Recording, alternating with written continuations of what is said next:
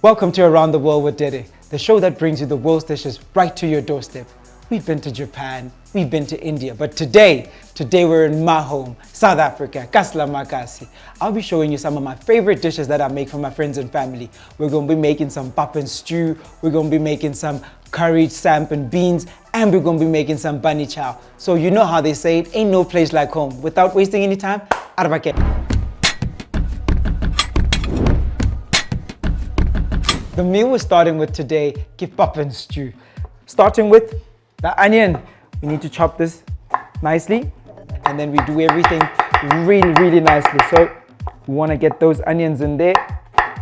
So here we go. The green pepper now. And then, yeah. Make sure that you get these bad boys in. Roughly chop them up. Let's get the carrots and clean these bad boys up. You can have nice pieces of carrot that you're going to be throwing in there. Same thing. Thin slices of ginger. Now ginger gives it that earthy freshness, you know. It's not a common thing that we use in our stews, but a stew is that one dish that you can really have freedom to put in what you want. Now, let's get the pot and get this bad boy going. Cooking time. Add your canola oil. So we got the oil heating up a little bit, so let's give the oil some time to heat up. As that's still going, we'll quickly get to the potatoes. Again, with the potatoes, you don't want to make them too thick because you want everything to cook out evenly. As you can see, the oil is starting to loosen up a bit. You can see when it starts to split there, it almost doubles. I'm gonna brown our meat. Got my spoon here. So yeah. Ah yeah. Sizzle, sizzle, baby. Sizzle, sizzle. We got the sizzle. So we just want to get the meat to brown on both ends. The reason for browning the meat, right? When you brown meat, you basically want it to remain and keep its integrity. So that simply means that you want it to look the way you presented it at the end as at the beginning. So when you keep it here, if you add the meat without browning it, it generally will break, it generally will lose shape, and we don't want that. We still want it to look and be those chunks of meat that you can still enjoy. Fantastic. Now, as you can see, the meat is nice and brown. We want to get it out the pot. All the goodness is starting to smell like beautiful. Now, with that fat there, without wasting time, we're going to chuck in all our veggies. Now I'm going to add some of the garlic. Be generous with your garlic. So what I'm going to do now is just stir a bit here, and then boom, let's let that baby rest for a little bit so she can do her thing. We'll be back to it in like 20 minutes. We're going to start with the pap. Now, here's a trick about making pap, guys, right? Add boiling water to your pot with the stove off. You know, you don't have to have the heat on. And while you're doing that, then you just simply add your pap in gradually. Just spread it about gradually. This allows you to stir the pap in without risking of burning yourself and to eliminate those lumps. Once you've done that, add your seasoning. Got your salt, bit of salt here. Fantastic. Again, mix it all in. You can see the smoothness that you got there, the consistency that you got there. Right, now, fire time. Woo. There we go, stir it a bit. Now, here's what you want to do. You want to wait for it to almost as if the water starting to evaporate, and then you keep stirring, because that way it'll show you that everything is all mixed, but already you can see the smoothness that we got here. Fantastic. Back to our stew, baby. As you can see, now we're about ready to add everything else, right? We got some chutney here. Beautiful. That's the sweet element that we're going to be adding. One of the sweet elements. This is our stock here. See, it's not dissolved. I'm going to add it as granularly as possible. Ooh. Turmeric. This is a South African favorite masala. It's a masala. It's a mild masala. I want to just quickly fry the spices. Keep everything moving. Just fry them in. Tomatoes. That almost becomes our liquid element, you know. Stir that in. Add our meat back into the pot. We've added our meat back into the pot. You can see everything. All the colors are great. All the colors are looking amazing. Now, the last bit of our sweet element, we're going to add just a little bit of sugar. I know y'all think it's sacrilege. It's really not. We want to balance everything. Then a little bit of our salt. Now we're gonna let this go and then cook it at a lower heat. While that's going, pop baby. Now, here we are, stir this baby here. Pap is basically to South Africans what polenta is to Americans, what rice is to the Chinese. It is a staple food that we eat. We eat it with everything. We celebrate it with everything. We're right here now. Now it's been going for about an hour, give or take, you know. Now we've got our food ready. Everything is ready. We're about ready to eat my favorite part of the dish. Come check this out. Ooh. Everything is looking good. Everything is looking really nice. The carrots are soft. The potatoes are soft. The meat is soft. But remember, because you browned your meat, it will still have its integrity, so it's nice and juicy inside. Still a bit of firmness outside, but not that it's going to break your teeth. You know what I mean? We don't want that. We want the food to be really soft. Now we're about to dish up. Let me check on this papa man here. So keep papa batswana, you know, it's made stiff because we get to eat it with our hands, we get to interact with it. Everything looks really well, everything looks ready. Get about 2 of these, get that. Yeah, I want to get it lined up real nicely in the middle of the plate. Just get it into a uniform shape. So here, you want to just put a few pieces, you know, just layer them about. Remove pieces this side. Be generous, you know, see the amount of pap here, you know, you need something to just take that down. There you have it, pap and beef stew, a South African classic. Rajano, it's about that tasting time. I don't know where you is, but you know you want to be here.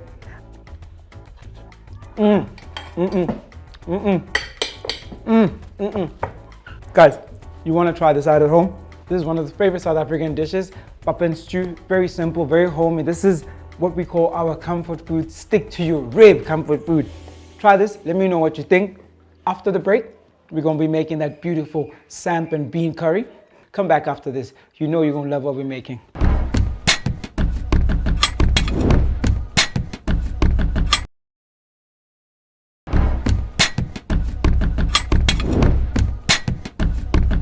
Welcome back, guys. It's a hot South African day and we're still making South African food.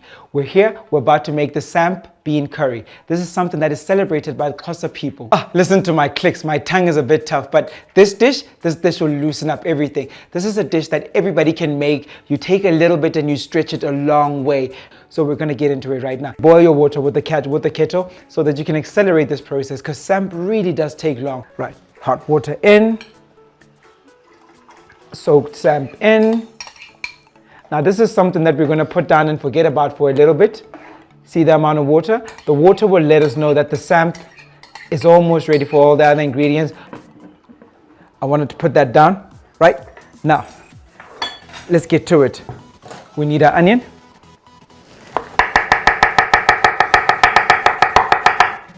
Got the onions ready. Now, green pepper. As you can see, South African food has a lot of vegetables that they use. They use a lot of greenery because we've learned to stretch, and also we know the beauty of what veggies bring to food. For this, because there's so many things that are in there, you want to make these very thin because they're really about giving that flavor, and they also need to fry a little bit. They also need to bring in that nice, beautiful element. Right. Remember, get your pan really, really hot on its own. We're adding a little bit of oil. The veggies. Sizzle, sizzle, sizzle. Chili flakes a bit. I like a bit of heat, so I'll add a little bit more. Masala. Now you want to put everything all at once because you want everything to start frying, everything to just be incorporated. You want the flavors to just spread around. And you also want to cook the spices out a little bit because most people just add spices and they don't really give them time to fry and cook out. Mother-in-law, the second masala. I don't know if you guys know why they call this spice mother-in-law, but apparently this is something that you have to withstand when you're at your mother-in-law's house. And if you can eat it and not cry, you're good with her. If you cry, she knows that. Just try it. Just mix that in. Now that we've added everything, we're about to add the garlic. Be generous with your garlic. Garlic is beautiful. Garlic gives everything flavor, gives it a beautiful smell, everything. So be very, very generous. I love my garlic. So we're gonna let these fry out a little bit. And as these fry, I'm gonna add a bit of water in here because see that? gets them nice and soft. Now we're going to add the stock. That's vegetable stock. Just to punch up the vegetable flavors, you know, just to push everything out there so that every single bite that you eat is just beautiful. Let me attend to this. As you can see the impurities here at the top. So I'm going to start skimming that out. I'm going to use my ladle. Take out the impurities because they are the dirt and the starch that slows down the cooking process of your salmon. Here's a friend of mine. See that bad boy there? That is star anise. It's an aniseed. It's very strong, very pungent in flavor. Smells beautiful. Smells a bit like licorice. So just drop a little bit of it, not too much of it. Let me just get a little piece. Make sure that the seed is not in there. So once you remove the seed, you just drop it in there. That little bit is going to go a long way. It's going to take and perfume this dish. Give it that licoricey flavor, that licoricey taste in there. I'm about to add the beans now. Now the beans are adding into the more frying element here. See, this is one dish, but you want to make sure that you give everything a chance to cook because everything here is boiling here. Everything here needs to fry a little bit so it can just merge and create that concentrated flavor. As you would have noticed, I haven't seasoned anything. This is the time where we're going to be adding our salt. Season. Be liberal because starch really absorbs a lot of salt. So be liberal when you add your season this side here. We're about to add some sugar. Now, because I like masala and I like the heat and I like the flavor components, I'm going to just drop this in there. Now, this reminds me of my mom. This is a dish that my mom would make us. You know, let's skim these impurities out. But you know, on those cold days when you need something that'll stick to your rib, just warm you up. Right, guys, so it's been about 30 to 45 minutes. Everything is now cooking beautifully. You can see now the liquid here is reduced. It's gotten a bit thick here, so we can switch the stove off here. Thank you. Oh, yeah. On. So I'm just going to drop a huge knob of butter into the sam. And then just mix that in. Look at that beautiful color. That gives it that fatty oil texture that we didn't have, that creaminess, that umptiousness that we want out of everything else. I mean, so now that we're done here, I'm going to drop these bad boys in here. Ooh, wait. So now that we got that there, remember the beans that we fried on the side here, they have all the season, they have all the flavor, they have all the heat, they have everything. So as you add them together and then you just simply mix it all together, it gives it that beautiful color, that beautiful curry element that you're looking for. Fantastic. We're about to dish up, but before we do, I just want to get some lemon slices up in here. Believe me, guys, this goes really beautifully with this. Nothing starchy and lemon have ever had a disagreement.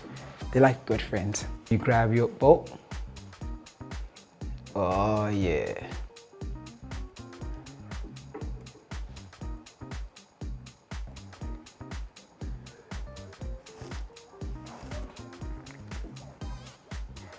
Let me just do this with the lemon. There you have it. Bean curry sam drizzled with lemon. Remember, it's piping hot, so. You want food that makes you forget that you need meat. You want food that makes you forget that meat should be a worry about because you've already got the beans in here as the protein. You already got everything that you need. This is umptiousness, deliciousness, and goodness. Oh. When we come back, we're making that bunny chow. But this here, I'm about to chow. See what I did there?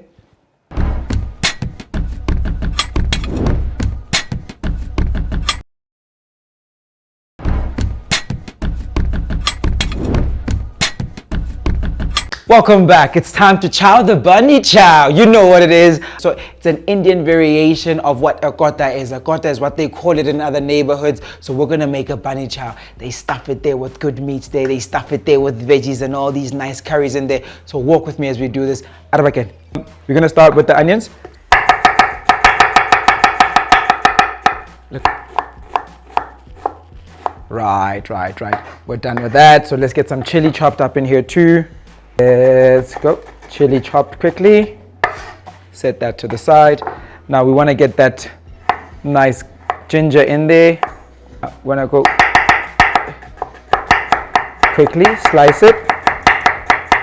thin slices. Right, 2 pans. Let's do this. I will quickly then also get the coriander chopped. Want to make sure that it's nicely finely chopped. Don't be alarmed, I'm going to save some of it for the nice garnish, but we want to make sure that the cooking process also has all that coriander in it. Right, so oil both pans, oil here, oil there. Can you hear the sizzle, sizzle, sizzle, sizzle, sizzle, sizzle? So let's start with what first needs to be fried. What's going to form the base of the sauce is in here to the saucepan, and garlic, of course, that's going to be throwing in here. Then in this pan, our chicken breast. Just want to roll it up in here. Put it down. So when you put anything down, always put it down away from you so that it starts splashing away from you. More so chicken and stuff that you know that will retain water. You don't want to burn yourself, right? So always put it away, and always make sure that you swirl stuff in your pan. Either use your hand or grab a fork. When you do that, it simply just swirls it. It also makes sure that it creates that nice film so that it doesn't stick at the bottom. And then as you stir in that, now you want to work quickly with this, right? So you want to add the coriander. Add coriander for freshness and flavor. Add chili flakes for a bit of heat. And then you want to add a nice helping of that tomato paste. This is going to give that nice flavor, that nice color that you want there. So add all of that. Got that? Want to add those coriander seeds up in there. Those also give it that nice crunch, you know, the contrast and the taste that you want to be getting. Oh, but they also perfume and become so beautiful. So stir that in. Stir, stir, stir, stir, stir, stir, stir, stir, stir. Oh, you see that? The color's already changing. It's looking that beautiful red. Then your masala. You want to cook these out real quickly. Stir, stir, stir, stir, stir, stir, stir. Don't worry about that. We're looking for this to get brown. So how you measure chicken and how it cooks, more so a chicken breast, right? So if you look at it here, you can literally see on the side where the heat has traveled to so far. So that part is cooked. So I'm not so worried about it. It's coming along beautifully. So as you're doing the stirring part here, just add a little bit of water. Let's check out our chicken. Look at that beautiful brown that it's gotten. We want that color. That's what we're looking for. Again, move it around a little bit in the pan. Season the chicken here. Just put a bit of salt on it. And then also season here. Make sure that you don't over season. So I'm just doing like 3 pinches up in there. This has got a bit of heat. Now, our chutney is here. This is the sweet element that we're going to be putting in so it can balance that tomato paste. So the chutney plays that part of the sweetener up in here. Let me grab a little bit of water and rinse this bad boy out in here. There we go.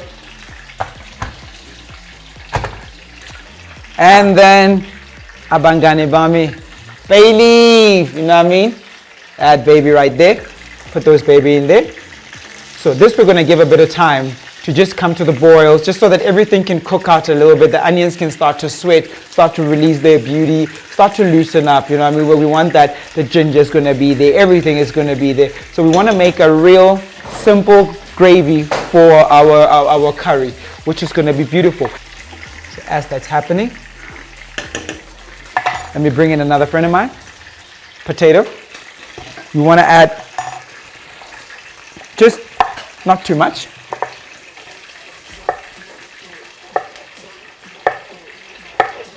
Great stuff. So this also acts as thickness inside your sauce. So this we're going to let to go down, leave to go down. Don't reduce the heat, right? Just keep adding bits and pieces of liquid, but not too much because you don't want it to be too runny. We're going to leave this to go down for about 20-30 minutes. Oh yeah, look at that. Look at that beauty. Now remember, don't be too concerned about if the chicken is cooked all the way through at this point because it's still going to be introduced into the pot. So what we want to do now is just get the body right, just get its integrity right, but we're going to just add a young blade to it, chop it up, add it into the sauce when the sauce is fully cooked. Okay, cool. So we want to just cut the bread. I know guys, it's not a bread knife, but we have an understanding, you know. Kiri cuts everything for me and I'm happy that she cuts everything for me. But You want to make it nice and even. But please, use a bread knife to do this. Oh, unless you have a knife as sharp as this. So let me put this half there. Before we stuff the bread, let's check on our chicken. Oh, look at that beautiful color. That's what we're looking for. Look at that beautiful brown up in there, that beautiful golden brown. That's what we're looking at. That should also start to let you know that the heat is carried all the way through the side. So you can tell that now the chicken is at that cooked point where we can switch the heat off. So as it sits, look at all of that. Didn't go into the chicken. And we used a little bit of fat here. Fantastic. Now, we're going to split this bad boy in half. Ooh, this bread is fresh. Look at that, that's what we want. And then when it's like that, this is how we normally do it here in South Africa.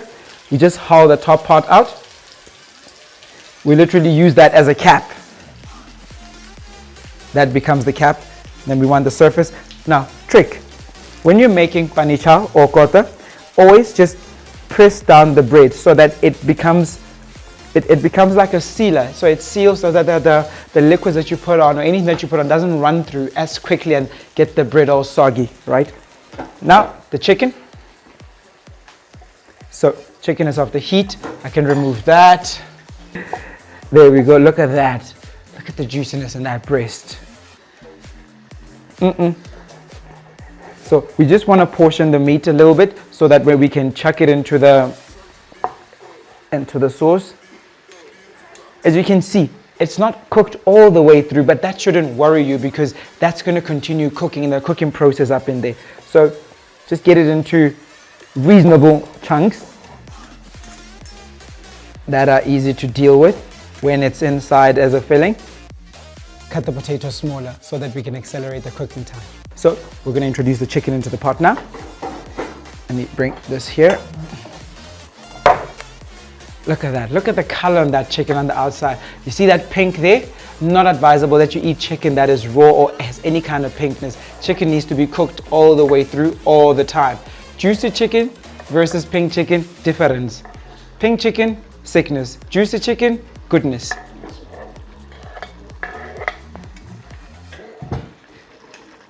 Mix it all in together. Now I'm going to give it time so that it can all marry together. All the flavors can start dancing, can start getting to know each other. Remember, remove your leaves, your bay leaves when you're done cooking. They're not so awesome to eat when they're like this, but they put and impart such beautiful flavor. We're going to give it a few minutes. So I'm going to put my friend Mr. Lid. Let's do this. After about 15 minutes, we should be ready to do this. Oh, it's about ready, guys. Oh, it's about, let me just switch off the heat. Oh.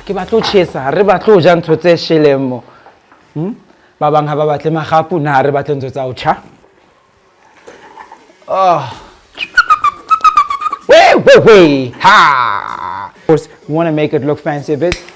Let's do this. Just toast the bread real quickly. Make sure that it looks pretty. Presentation's everything with these things. Dump some of those goodness in. Oh, yes. Ooh, let me not lynch you, buddy. Ooh, yeah. Just grab some coriander, Always break it with your hands. Get that perfume out. Make sure that it smells beautiful. Look at that greenery there. The smell, guys. Oh, the smell is everything. Now, you just want to put the lid down here, but you don't want to close it in because you want to show off the goodness inside. You also want to show just how beautifully toasted the lid is. Now once you've done that, just toast the edges here, along with that coriander, just get everything. There you have it. Chicken curry bunny chow garnished with coriander. Let's go in. I'm going in. I'm going in hot.